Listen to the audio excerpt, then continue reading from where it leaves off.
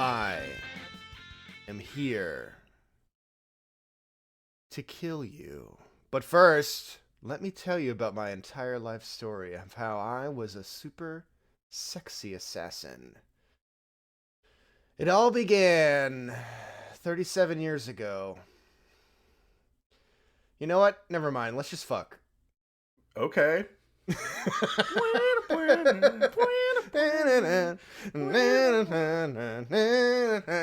And now we're fucking.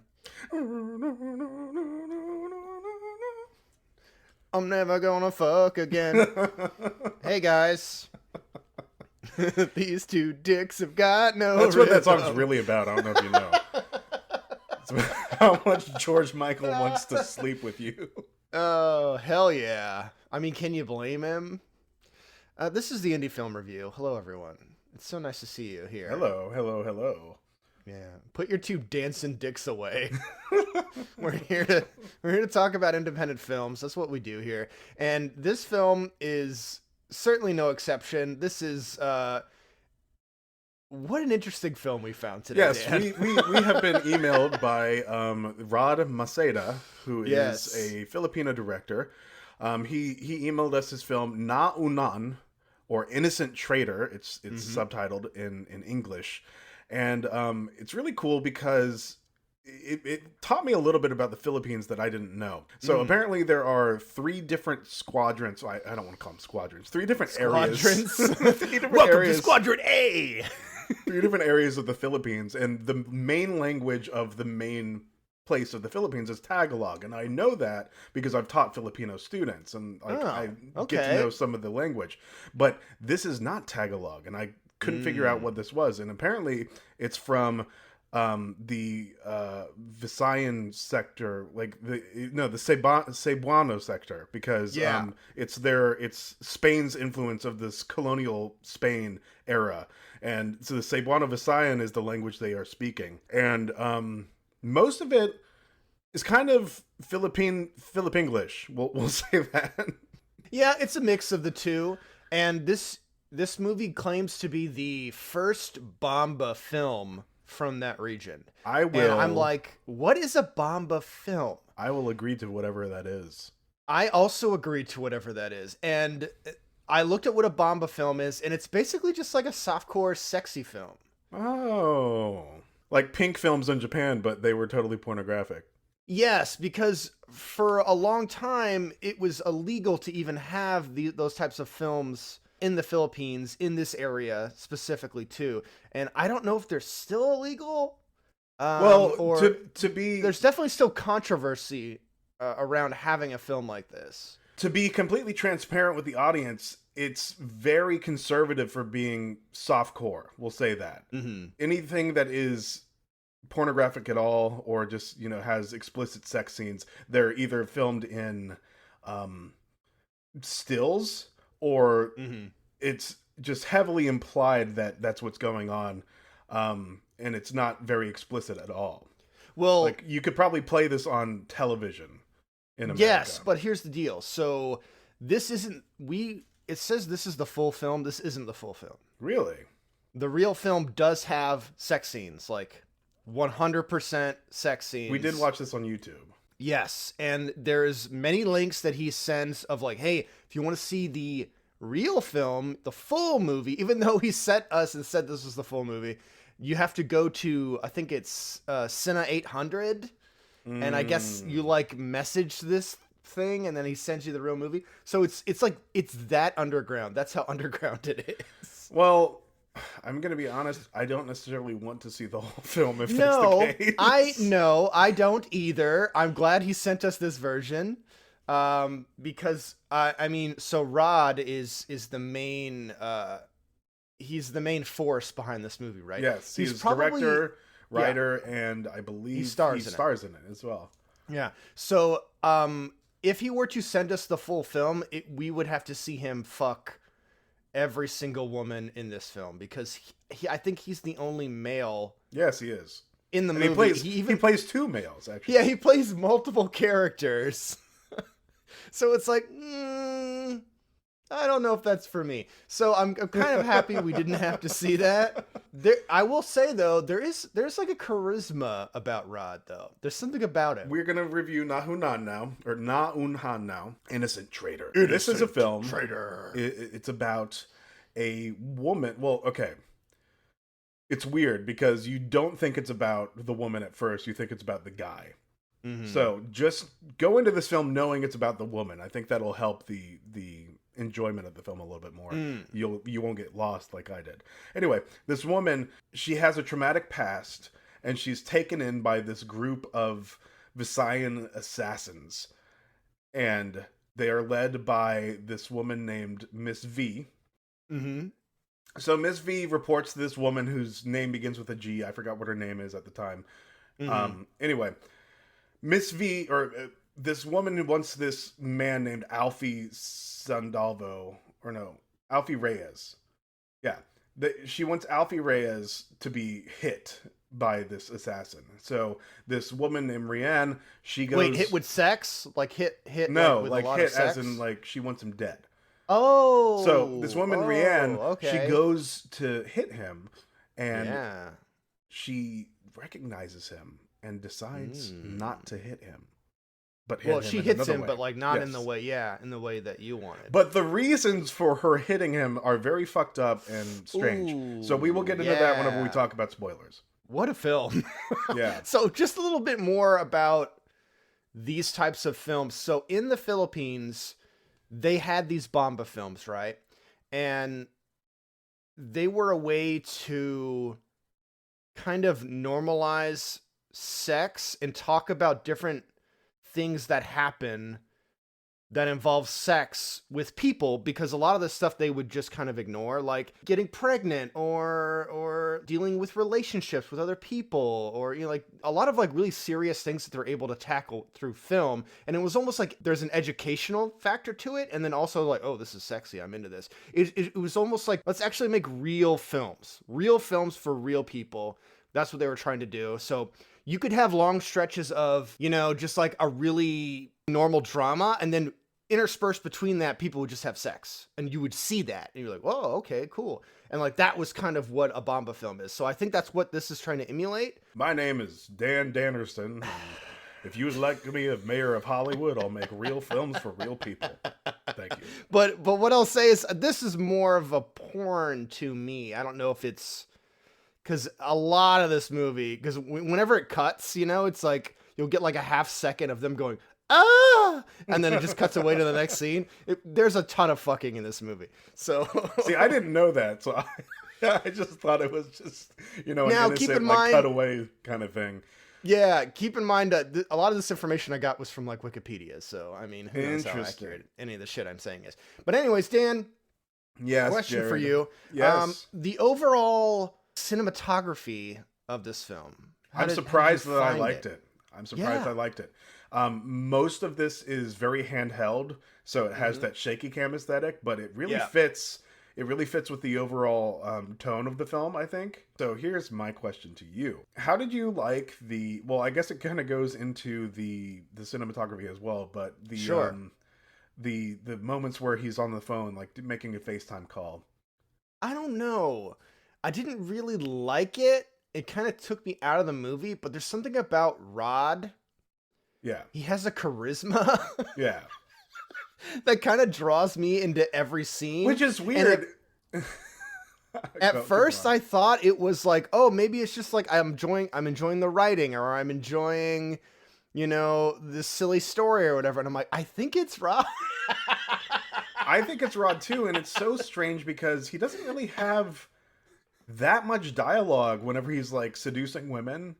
He just kind of does it. He's like, "Oh yeah, you're really sexy." And the thing is, he gives off like Rod Alfie is a sketch artist, by the way. He sketches female figures nude, and he says he does it because he loves the female figure and it turns him on. So that's all he does with his life. He's not like a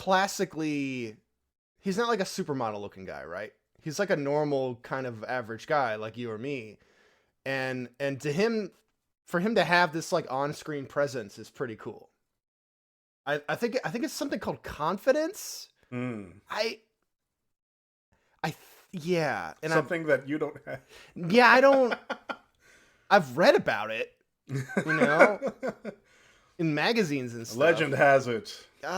There's a way that one can attain confidence. Yeah, he has whatever that is, I think. Fair enough. But anyways, okay, so Dan, what did you feel about the story in this movie? So I brought this up off mic. I think that this film is just basically Kill Bill. Yeah. But with porn in it, I guess. I mean, honestly, if you put like sex scenes into Kill Bill, I think that would enhance the film. Let's not fuck around. How many minutes do you think were cut out of this film? This film is twice as long. Really? So there are so many fucking sex scenes, and I guarantee they all go on for at least 5 minutes. Wow. There's so many. Sometimes it would be like a 10-second scene, and then it would cut to another sex scene. Like, there's so many. It's interesting because overall, before I knew this film was just Kill Bill, I was kind of enjoying it. Mm-hmm. And it was like silly or whatever. And I liked the dialogue a lot in this movie. Oh, no, the dialogue is probably what carried me through the film the most. Yeah, there's some really interesting, and even the camera work, even though it was a really like cheap equipment, cheap camera and everything, I was still engaged with that. The times it was losing me would be the action scenes. I didn't really like them. See, I kind of like the action scenes. Really? They sucked, but I liked them. Explain what some of these action scenes look like, Dan. There's a lot of... Wait, hold on. I'm sorry. I don't mean to cut you off. Okay, we're going to spoil the movie now. I don't know. This is what I'm going to say to you guys. I don't know. Okay, Dan, go ahead. As in, you don't know if you can recommend, or you just don't everything. Any concept of what I could say. I don't know. I will second that. I don't know either, but here's some of the action scenes. Okay. There's a scene with this guy named Oswaldo Villafuerte, I believe. Uh-huh. And he's dispatched to... Okay, well, first of all... How come he doesn't get a sex scene? First, we have to take a couple steps back. All right. What the fuck, Rod? Let other people fuck in your movie. Here's the deal. The action scenes are very poorly done visual effects, and I like that. Like, anytime that a gun fires, like, it's just white flashes on the screen, and it looks bad. And then the ninja stars. My favorite was the ninja stars. Yeah, the really weird CGI ninja stars that are just like 2-dimensional. They're not good. And what, like, it looks stupid, but it combines itself with like really cheesy audio effects. Mm-hmm. And I think it's the combination between the way it sounds and the way it looks that it's charming to me. Like, it's something that I would do, like, as an amateur filmmaker. But why wouldn't he just make practical ninja stars? Like, just make some fake ones. I don't know. I don't know why he did CG. If I was taking you seriously for a second, I was going to be like, because they would kill them, Jared. No, I'm not saying use real ninja stars. Gosh. Anyway, let's talk about how we get to some of these action scenes, and we'll talk about them a little bit further. Sure. So, Rian... Yeah. Rian is... That's the assassin lady. She's the assassin lady, and she sees Alfie, and it's her job to kill Alfie, but she recognizes Alfie because Alfie looks exactly like Amanda Hug and Kiss. It looks... Dan, Rian wants to be healed by sex. Why aren't you healing her by sex? Alfie looks like a man from Rian's past named Alvin. And Alvin was friends with her fiance at one point, and Alvin yeah, that's kind of basically where I'm going with this. Alvin, he's no good. He gets into trouble a lot. You know why? Because he tries to rape Rian and succeeds. It was and then kind blackmails of disturbing. her. Yeah, blackmails her, but she's kind of into it. A little. That's what it's implied, at least. And then she comes back and she's like, "Oh no, do it again." It's yeah. And then she doesn't kill Alfie because she's reminded of this torture she went through, and she wants to relive the torture. Question mark? That's kind of what I got out of it. It's bizarre. Like it's a really bizarre psychological. I mean, I guess it would make sense with PTSD, like just giving into your previous traumas. But it really, I don't know. Like it's a really interesting psychological and philosophical turn of events, I would say. So this part of the film did lose me. I get what he's trying to do with this whole thing. I just think it's a little too much. This topic is the type of thing that Bomba films want to try to cover. One of the many different types of topics. I think this one's a little more serious than I think the other ones that they would be covering. But anyways, you have this woman who was blackmailed and raped by Alvin! Alvin, thank you. One of the chipmunks. And she kills him to get out of the blackmail or whatever, then goes to jail, then gets recruited by the assassins, and then she gets trained in the ways of the assassin, and then her first mission is to kill a man who looks exactly like the person that she was blackmailed and murdered from. And instead of just like, oh good, I'm gonna kill this guy, he looks just like the dude I killed before, she becomes sexually attracted to him. So then she starts a relationship just kind of based off of that, and then almost falls in love.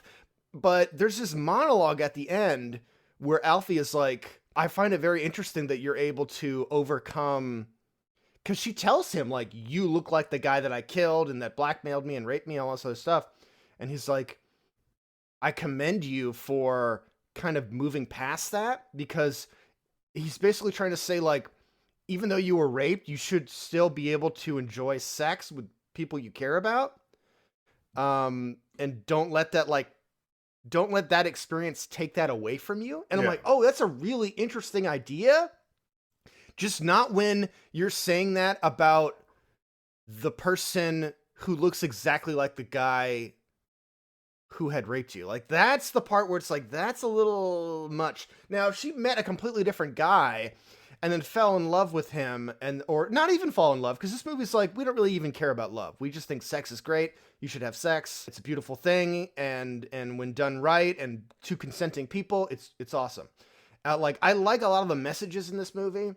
Mm-hmm. I just think the need for Rod to be every main character and him trying to write himself into that was a detriment to the film. Interesting. Does that make sense? I know I kind of rambled on a little bit. No, it makes a lot of sense. He had some interesting ideas, and I don't know if they were 100% hitting that nail. That's what I'm about to say. It's like he had a lot of interesting ideas that, fall into that Bomba category. It's like, let's tackle this like really intense topic like we're talking about and see what we can explore with it. But that being said, and this was something I was going to bring up in the first place, all the really cool psychological and philosophical things that are happening, I don't think they are necessarily attached the way he wants them to be to the narrative of her killing the whole gang that she's part of. Yeah, I honestly have her be an assassin, that's fine, but cut out like everything.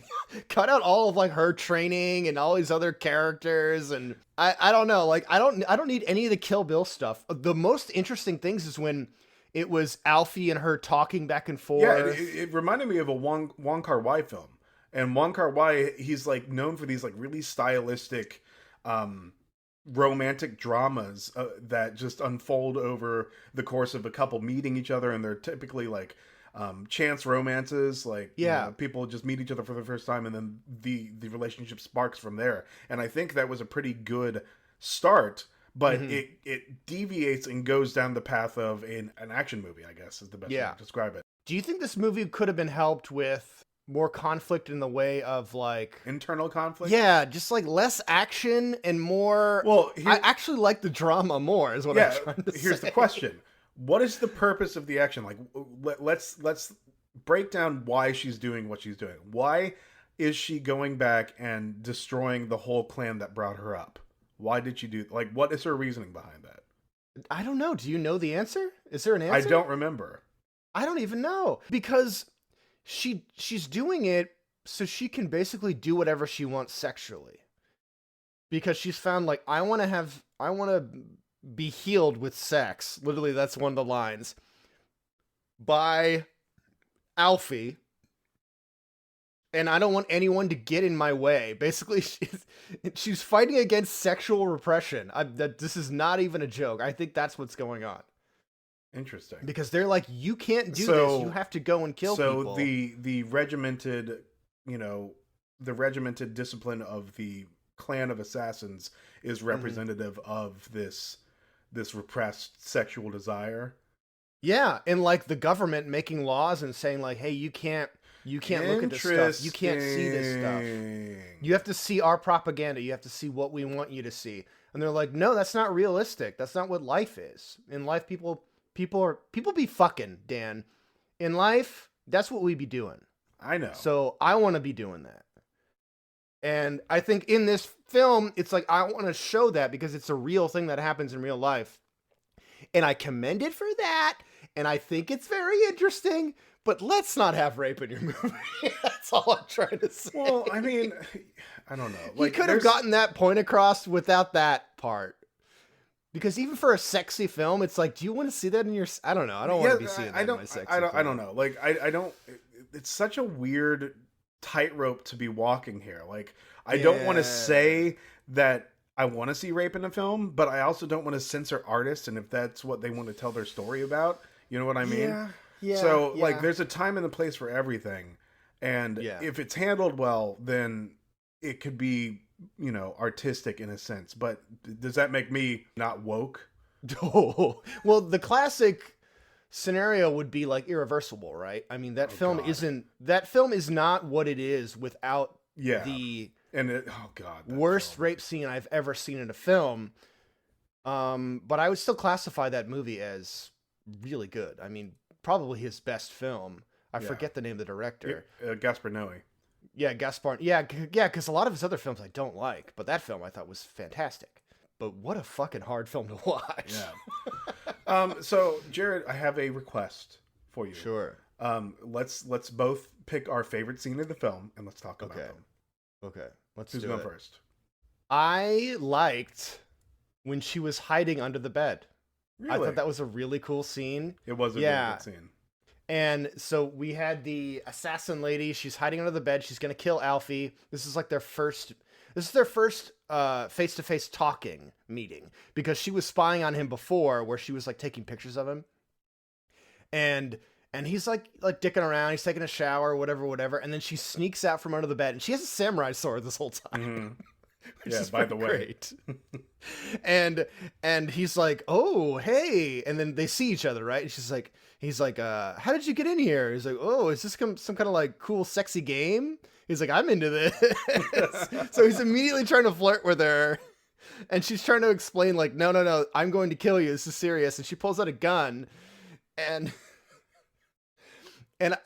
there's just something about it. It's just, again, charming. Yes. Like they're back and forth. And I kind of wish they gave the female lead more lines like Rianne. I mean, they made her really stoic and serious. Yeah. I kind of wish over time that she was able to like come back to her old personality. I mean, there's scenes of her like crying because of what had happened, like, because of her trauma. Even the ending, whenever she's like, pontificating to the camera or just narrating basically. Yeah. That was really good too. But man, Jared, my favorite. Some intense stuff in this movie. Okay, go ahead. My favorite scene is very lighthearted, compared to the rest of the film. I don't know why it's my favorite scene, but it is.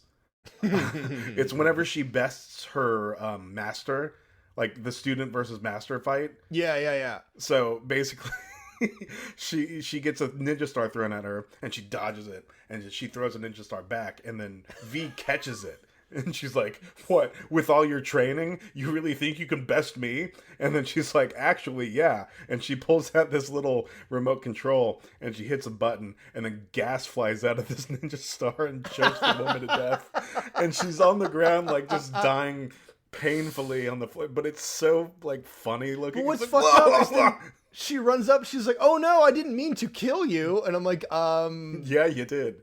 Yeah, you did, actually. I loved it. I don't know. I always love those student master fights. They're always fun. I think it would have been better just without the CG. Like, if they just use all practical effects, that would have helped me more.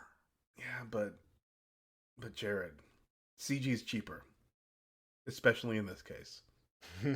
Oh, in that same scene, where she has the gun and she was hiding under the bed, she says, "If you tell the cops about this, you're dead."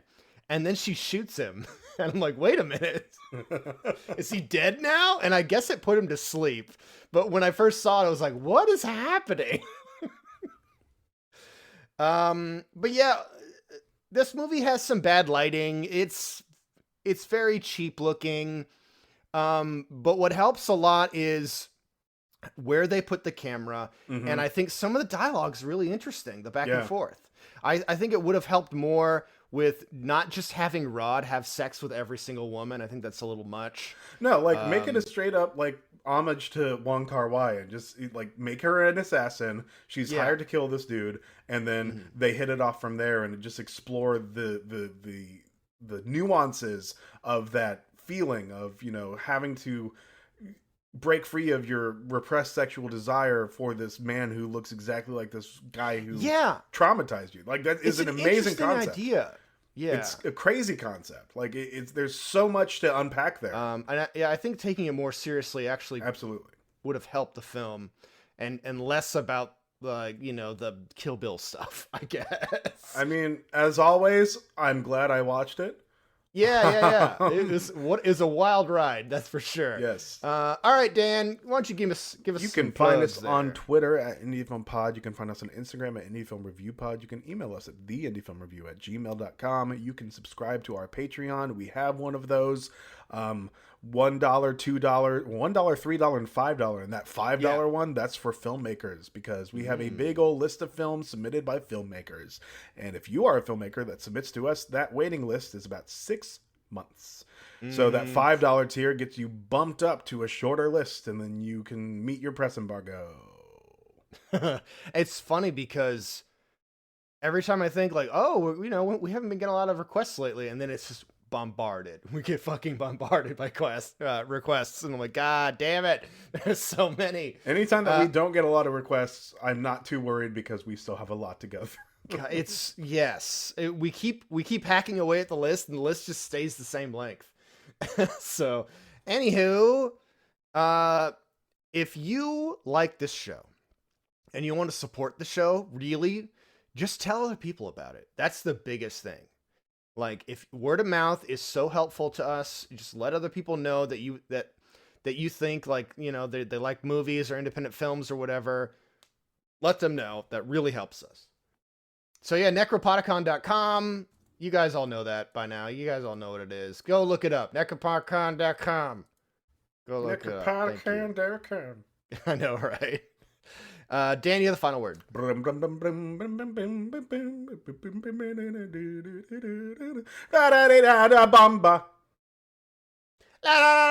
Bomba. It's nasty films. It's nasty films. La la bomba.